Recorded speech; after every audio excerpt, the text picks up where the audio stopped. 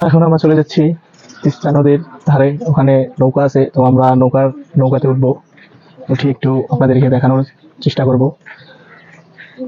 ভালো লাগলে ভিডিওটি সবাই লাইক কমেন্টস করবেন এবং যদি পারেন ছোট ভাই হিসেবে শেয়ার করবেন। আর আপনারা সবসময় একটু পাশে থাকবেন ইনশাআল্লাহ। আমিও কথা দিচ্ছি, আমিও থাকার চেষ্টা করব। তো নদীর ধারে এসে দেখতেছি মাছ ধরছিল, তাই ভিডিও করে আপনাদের মাঝে শেয়ার করলাম। দেখুন দৃশ্যটি অনেক সুন্দর, নদীর মাছ খেতেও অনেক সুস্বাদু। দেখুন অনেকগুলো মাছ তিস্তা নদীর প্রাণ ব্রিজের নিচে।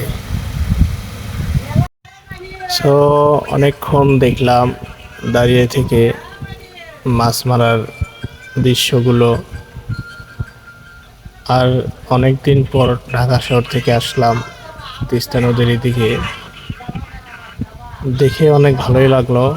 তাই ভাবলাম যে আপনাদের মাঝে কিছু শেয়ার করি। আবার আপনাদের মাঝে সবগুলো মাছ দেখার চেষ্টা করতেছি। এর জন্য একটি জালটি টেনে টেনে দেখানোর চেষ্টা করতেছি।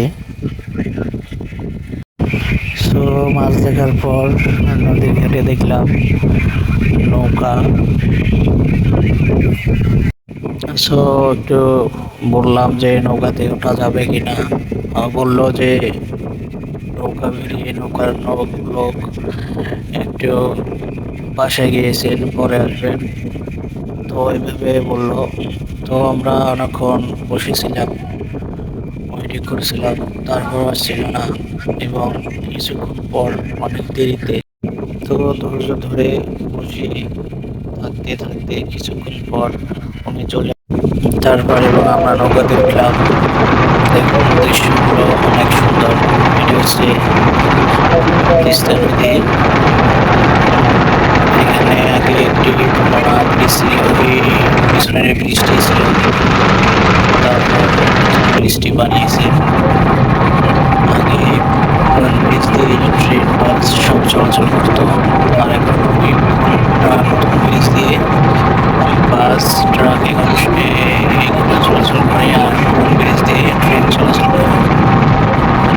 যেগুলোতে অনেক ভালোই লাগে। এখন দৃশ্যগুলো এত সুন্দর। তো প্রিয় বন্ধুরা, আমাদের ভিডিওটি যদি ভালো লেগে থাকে তাহলে আপনারা লাইক কমেন্টস করবেন এবং একটি শেয়ার করে দেবেন এবং ছোট ভাই হিসাবে পাশে থাকবেন। তো সবাই ভালো থাকবেন, সুস্থ থাকবেন। আসসালামু আলাইকুম।